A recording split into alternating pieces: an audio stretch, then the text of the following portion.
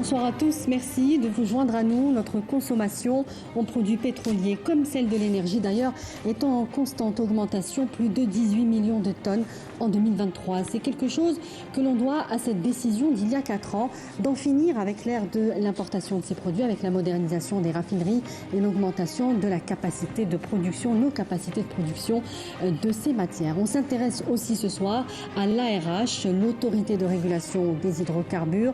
Elle a vu ses prérogatives élargies depuis quelques années et veille au respect de la réglementation technique des activités régies par la loi sur les hydrocarbures. Comprenez la réglementation relative aux tarifs ou encore la sécurité industrielle, l'environnement et la prévention des risques majeurs. On reçoit le président de l'autorité de régulation des hydrocarbures, M. Rachid Medhil. Bonsoir. Merci d'être avec nous ce soir. Merci de l'invitation. Je disais, la consommation nationale en hydrocarbures, c'est un indicateur important que la RH communique chaque année et même chaque trimestre de l'année. Il peut devenir inquiétant lorsque cette consommation devient galopante, et c'est un peu le cas depuis quelques années. On a terminé l'année 2023 avec plus de 18 millions de tonnes, mais il peut être aussi le signe d'une activité économique dynamique. Alors comment l'apprécier à sa juste valeur, cet indicateur finalement? Alors tout d'abord, il faut dire que dans les 18 millions de tonnes de produits pétroliers, il n'y a pas que les carburants. Oui. Donc il y a les carburants, il y a les GPL, il y a les bitumes, il y a les lubrifiants. Donc c'est ça qui a fait ces 18 millions de tonnes. Alors les 18 millions de tonnes de cette année sont en augmentation de 3,5% par rapport à l'année 2022. Maintenant, si on prend les carburants seuls, nous avons une consommation de 10,1 millions de tonnes de gasoil. Oui. En progression de 6% par rapport à l'année 2022. Nous avons une consommation d'essence qui est à peu près la même que l'année dernière. On a une petite diminution qui va se voir sur la consommation du CIRAZ, du GPLC. Nous avons eu quand même quelque chose comme 1 730 000 tonnes de GPLC. Quand on voit l'année dernière, on a eu 1 550 000 tonnes. Donc nous sommes en train de voir chaque année une augmentation qui varie entre 12 jusqu'à 20% chaque année en augmentation du GPLC. C'est peut-être l'effet prix. Et c'est une bonne chose parce que c'est un carburant qui protège l'environnement.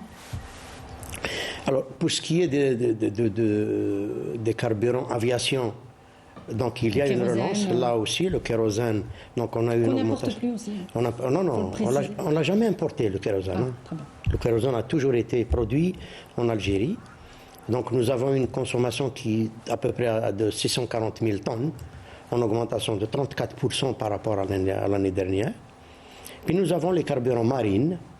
Donc là aussi, nous avons eu 330 000 tonnes, en augmentation de 50% par rapport à l'année dernière. Alors pour répondre à ma question, est-ce que cette tendance haussière de cette consommation nationale, c'est quelque chose de positif ou c'est quelque chose qu'on doit quand même observer et freiner quelque part? Moi je dis les deux, parce que aujourd'hui on sent qu'il y a une relance économique. Bien sûr.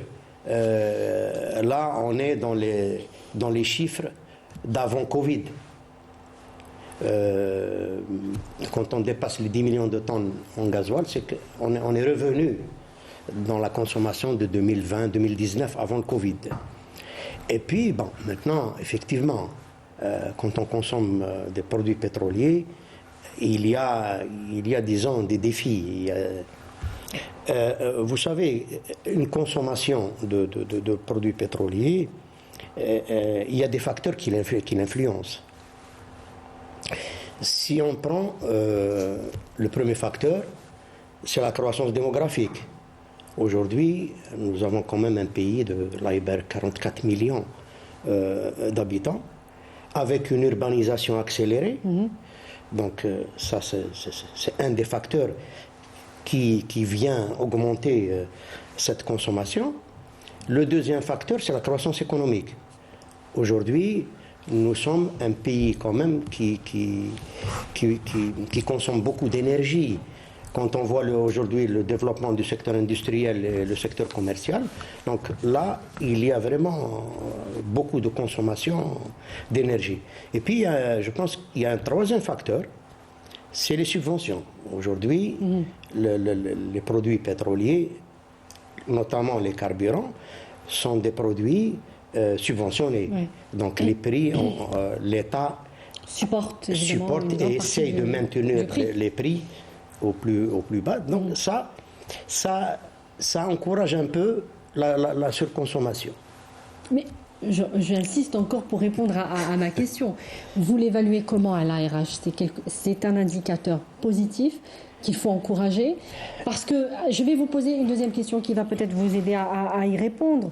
L'ARH prévoit de toute façon une croissance à la consommation de carburant en Algérie durant les années à venir, avec des prévisions de 41 millions de tonnes en 2050, avec une moyenne toujours de 3 millions de tonnes par an. Il faudra y faire face avec des capacités de production. Absolument, absolument. Voilà. Je dis, moi, c'est un facteur positif, parce que là, il y a une relance, on sent une relance économique. Maintenant, ça a un prix.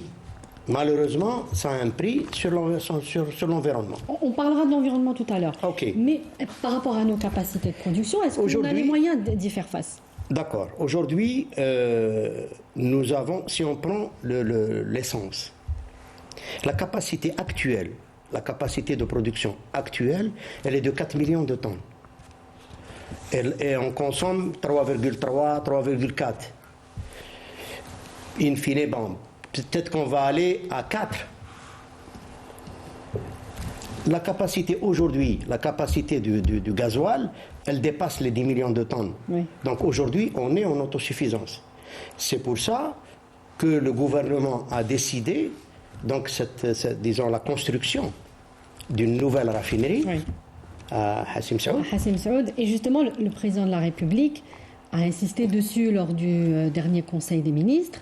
S'il a insisté dessus, c'est parce que d'abord, il y a beaucoup de retard dans la réalisation de cette raffinerie, qu'on attend depuis quelques temps. Mais c'est aussi, c'est aussi un peu en contradiction par rapport aux déclarations lorsqu'on dit qu'on est en autosuffisance, mais qu'il y a quand même l'urgence de faire cette raffinerie. Et le président insiste dessus aujourd'hui. Non. Aujourd'hui, vous savez, on est passé par une période de Covid, il ne faut pas l'oublier. Oui.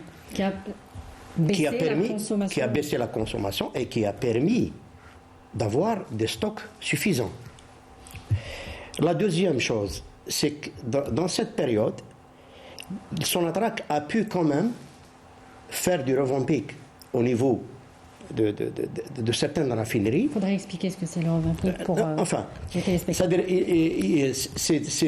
C'est des rajouts d'investissement qui permettent une augmentation de la production. Donc, Sonatrach a fait cette... Donc aujourd'hui, on a des capacités plus importantes de production. Mais ces capacités vont peut-être tenir, disons, 2 à 3 ans. C'est pour ça qu'il y a urgence aujourd'hui, parce que si on décide de faire une raffinerie aujourd'hui, elle est prête dans 3 ans. Il ne faut pas l'oublier. C'est pas quand on décide. Oui, évidemment. Donc il y a un délai de réalisation. Maintenant, c'est vrai qu'il y a eu de retard dans la réalisation de cette mais il ne faut pas oublier qu'il y a eu le Covid. Donc personne ne bougeait, personne... Mais la réalité aujourd'hui est que nous avons besoin de nouvelles raffineries et pas une seule. Absolument. Il pourrait y avoir plusieurs raffineries. Je pense d'ici 2030, on a besoin d'une seule. Mais plus tard, je suis certain que le gouvernement a décidé de la création d'autres raffineries, ça j'en suis certain.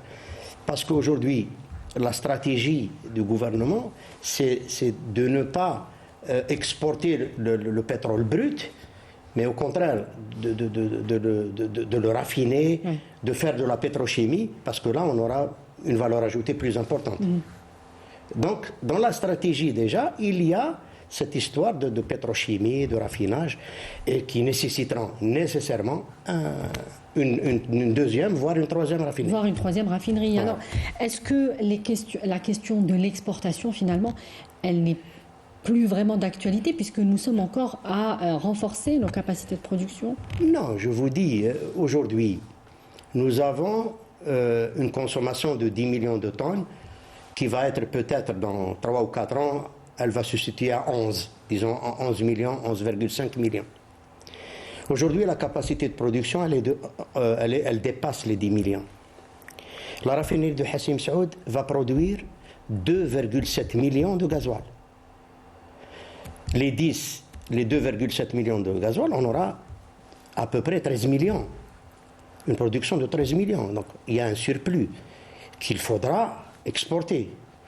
Les essences aussi. Aujourd'hui, nous avons quelque chose comme 500 000, 400 000, un surplus de 400 000.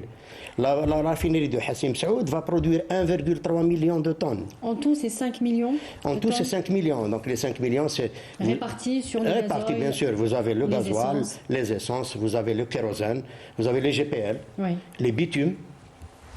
Alors, c'est le diesel ou le gasoil que nous consommons le plus en Algérie, vous l'avez dit, avec un peu plus de 10 millions de tonnes par an, en tout cas pour l'année 2023. La production de ce carburant sera portée à 12,5 millions de tonnes d'ici à l'horizon 2030. Ce sont 27. Plus précisément, 27, 28, ce sont les prévisions de l'ARH. Avec l'entrée en production du projet de transformation de fioul en diesel à Skikda en 2028 et ainsi augmenter la production de près de 4 millions de tonnes. C'est le carburant que l'Algérie va produire le plus, donc, alors qu'en Europe, l'interdiction des carburants, de ce carburant précisément, est actée pour 2035. Est-ce que nous n'allons pas être en déphasage par rapport à l'impact à l'environnement que l'ARH prend en considération, cet aspect, en tout cas, de préservation de l'environnement? Sincèrement, il y a ce risque, oui, effectivement. Oui. Il y a ce risque. Bon, maintenant, tout à l'heure, on avait parlé de défis. Et j'ai dit que cette consommation de produits pétroliers a un prix, elle a un coût. Elle a un coût sur l'environnement. Vous savez, la consommation des produits pétroliers, nécessairement, quand on consomme des produits pétroliers, il y a des émissions de gaz à effet de serre. Donc là, il y a un problème dans le changement climatique, etc. D'où la nécessité aujourd'hui d'aller vers une transition énergétique. Et je pense que le gouvernement aujourd'hui, les services de gouvernement, ont comme objectif, disons, des thématiques visant à produire de l'électricité, donc à produire de l'énergie solaire, de l'énergie éolienne. Je pense qu'il y a beaucoup d'actions visant cette...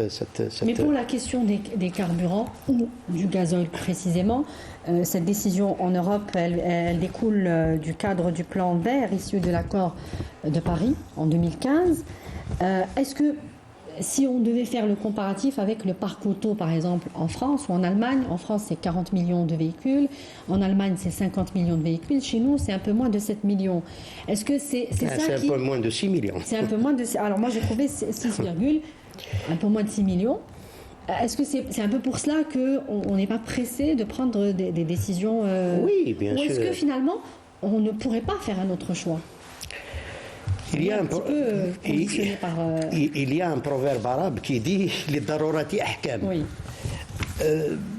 Maintenant, est-ce qu'il faut trouver le badil, il faut trouver le substitut. Oui. Il faut trouver le substitut.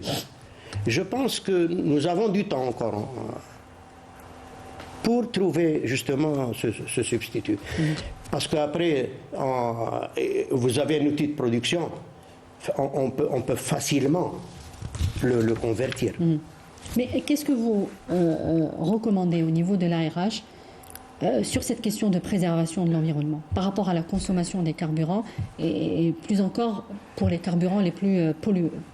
Ce qu'on recommande aujourd'hui, c'est au niveau, nous sommes en train de discuter avec les raffineurs, avec Sonatrach, pour que le produit on va regarder, il vaut mieux être regardant dans la qualité déjà du produit pour le rendre moins polluant. Ça, c'est une première étape. Oui. Donc, nous sommes en train de regarder les spécificités, la qualité du produit. Nous avons une équipe commune entre l'ARH et la raffinerie, donc Sonatrach, pour essayer d'étudier cette question pour rendre le produit le moins polluant. Exactement. Par rapport aux huiles usagées, vous avez à un moment évoqué la possibilité de sortir cette activité, en tout cas que ça a été discuté au plus haut niveau de l'État, de sortir cette activité du raffinage pour la rendre plus accessible, notamment aux particuliers. Est-ce que c'est quelque chose qui est d'actualité aujourd'hui ou pas encore? Oui, oui, oui. Ah oui, oui, absolument. Absolument. Nous parlons toujours de l'impact sur l'environnement, exact, et ça, c'est une question très importante. Très, très importante, oui. Parce que la consommation algérienne, elle est de 130 000, 2023, on l'a terminé avec 130 000 tonnes de consommation d'huile, de lubrifiant. Oui, c'est énorme. Alors, quand on regarde ce que récupère Naftal, ou bien les opérateurs, oui. Ils récupèrent à peine 30 000 tonnes. Donc il y a 25 000 à 30 000 tonnes qui sont exportées pour être traitées à l'étranger. Donc il y a 100 000 tonnes. Si on prend 20% ou 30% d'évaporation, il y a toujours les 70 000. Où sont les 70 000?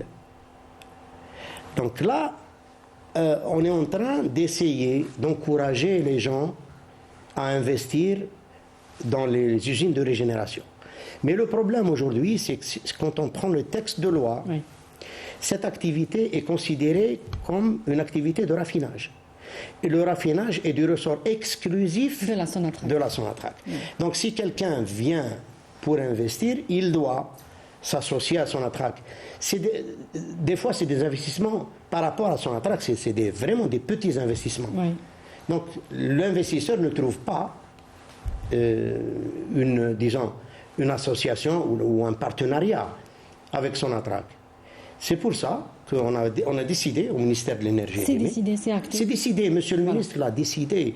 Donc on a proposé au service du gouvernement la révision d'un décret. Et je pense qu'il va sortir incessamment. Et là, je pense qu'on va permettre aux gens d'investir. Et à l'ARH, on a beaucoup de demandes. Et des investisseurs sérieux, des investisseurs, de grands investisseurs dans le domaine. Alors, est-ce que vous pourriez donner un chiffre sur justement ces demandeurs, ces gens qui veulent investir Aujourd'hui, nous avons 4 grandes usines. 4, déjà. Nous ne parlons pas des petites, parce qu'il y a des petites usines de régénération. Là, on parle des usines à 20 millions de dollars. D'un investissement de 20 millions de dollars. Alors, la consommation du GPLC est aussi en hausse, avec de près de 20% en 2022, avec 1,5 million de tonnes en 2022 contre 1,2 million de tonnes en 2021. C'est quelque chose qui 1,7 en 2021. Néanmoins... en 2021. Oui, je parle de 2021. Oui, d'accord. Ok, vous avez raison. Effectivement. Très bien. Alors, néanmoins, la consommation, ou la promotion plutôt, faite à ce carburant, n'a pas encore complètement abouti, n'a pas donné les résultats escomptés, alors que l'augmentation de la consommation du GPLC contribue à faire baisser la consommation des essences. C'est quelque chose qui pourrait être bénéfique. Pourquoi, à votre avis, il n'est pas encore suffisamment généralisé chez nous? Qu'est-ce qui manque à ce carburant? Et il est le moins cher en plus. Le plus... Moi, je pense que... le plus abordable. Au contraire, je pense que, quand même... Oui. Vous savez, le GPLC, on l'a commencé dans les années 80. Oui. Dans les années 80, on consommait à peu près 30 000, 25 000 tonnes. Oui. Aujourd'hui, nous sommes à 1 730 000 tonnes. On est loin des 10 millions de gazole. D'accord. Mais là... Non, attendez. Parce que il y a le Sirgaz... Aujourd'hui, en Algérie, il ne remplace pas le gazole. Il remplace les essences. Oui. D'accord. Alors, on est loin, on va dire, on est loin des 3,4. 1,7, c'est 50%. Oui. C'est 50%. Et puis, il ne faut pas oublier, c'est plus d'1 million de véhicules aujourd'hui. Oui. C'est vrai que ça reste en deçà. Donc, vous trouvez que c'est quand même encourageant? C'est encourageant, voilà. Parce que, quand même, l'État... pratiquement l'a subventionné déjà. Il est à 9 dinars, il ne faut pas l'oublier. Oui. Quand l'essence est à 45 dinars. Je pense que le frein aujourd'hui, c'est que les gens ont encore peur de l'installation, de cette installation. De la bouteille. Alors que le GPLC est plus sûr que l'essence. Sauf que il ne faut pas, quand on doit faire l'entretien de cette bonbonne, il ne faut pas la donner à n'importe qui. Aujourd'hui, il y a des agents agréés. Il faut aller aux agents agréés. J'ai vu de mes propres yeux des gens qui tripotaient dans l'installation dans des parkings, en train de tripoter. Peut-être c'est par rapport aussi au prix de l'installation. Certains se dirigent vers des bricoleurs, entre guillemets, non, je parle de l'entretien. Je parle de l'entretien de l'installation. Oui. L'entretien de l'installation, il faut le donner à des gens qui sont formés. Et qu'en est-il de cette expérience dont vous avez aussi parlé sur d'autres médias, avec une entreprise polonaise, je crois, qui combine l'essence. Le dual fuel. Le dual fuel entre l'essence et le GP. Entre le gasoil et le Alors, c'est vrai que c'est une société polonaise. À un moment, à Naftal, je pense en 2018, on avait lancé un appel à manifestation d'intérêt pour la construction de 2 usines en Algérie, des usines de fabrication de kits, pour essayer de les fabriquer ici en Algérie, pour éviter leur importation, et les exporter vers l'Afrique. Donc, quand on discutait, nous on pensait qu'il n'y avait que des kits Sirgas pour l'essence.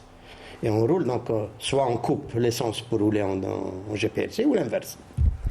Et voilà qu'on apprend qu'il y a un kit qui permet donc de mélanger le gasoil et le Sirgas pour donner un fuel, et qui permet, parce que là on a fait une expérience, donc on a fait 2 véhicules et 2 camions. Ouais.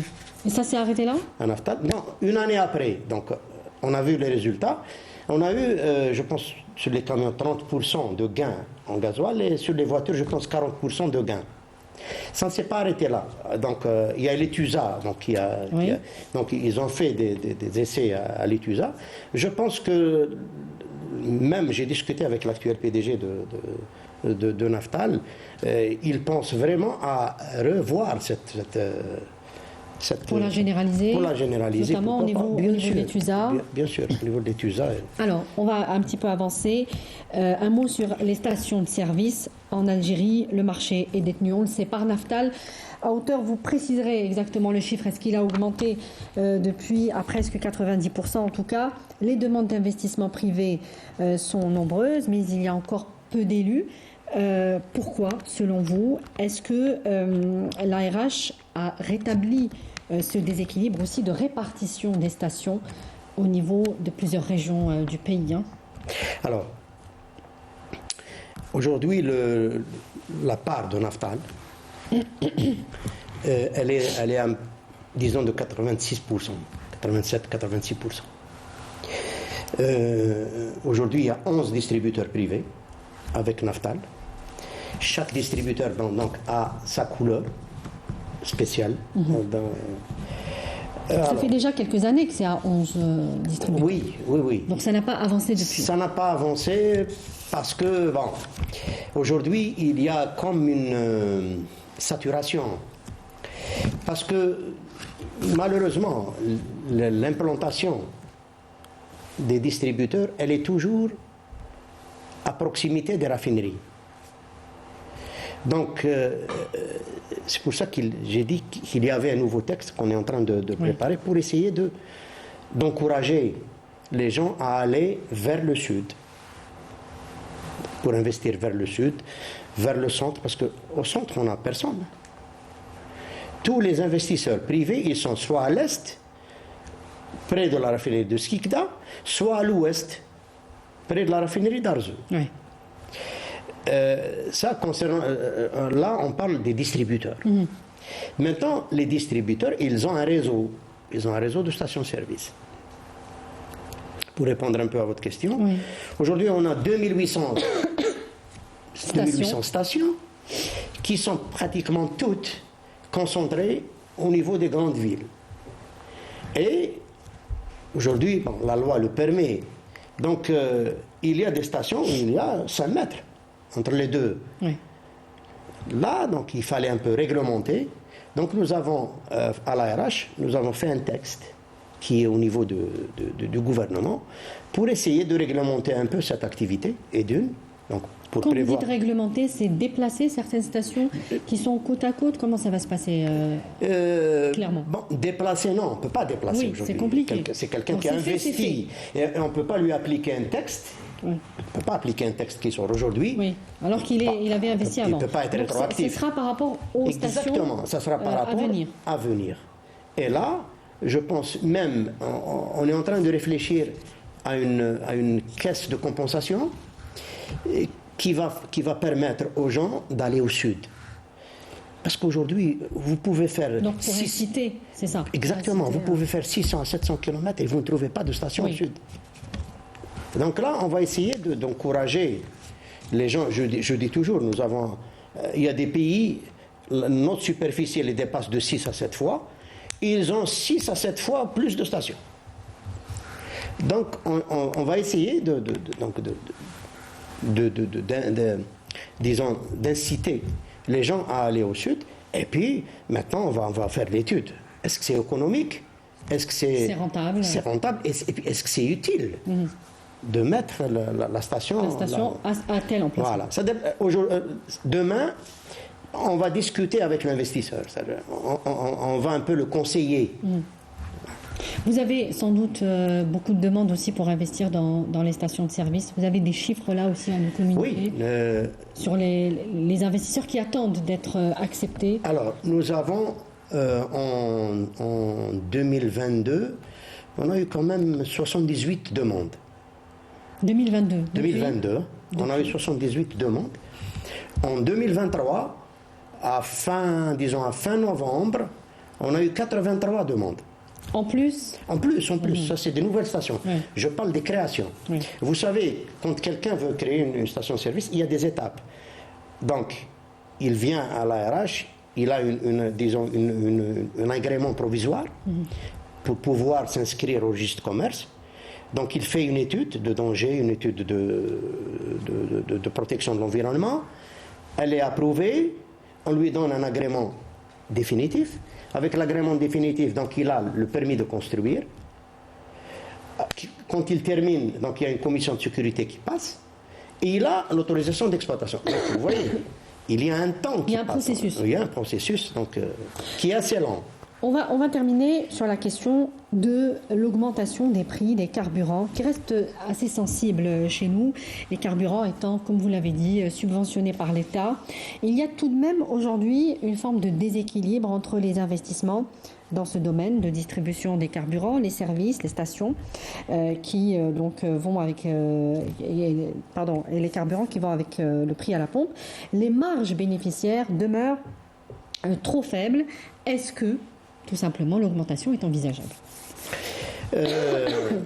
Aujourd'hui, non. Aujourd'hui, l'État ne prévoit pas une augmentation des prix des carburants. Mais, vous l'avez dit, aujourd'hui, les stations-service, surtout quand on parle de marge de détail, vous savez, je parlais de 2800 stations tout à l'heure.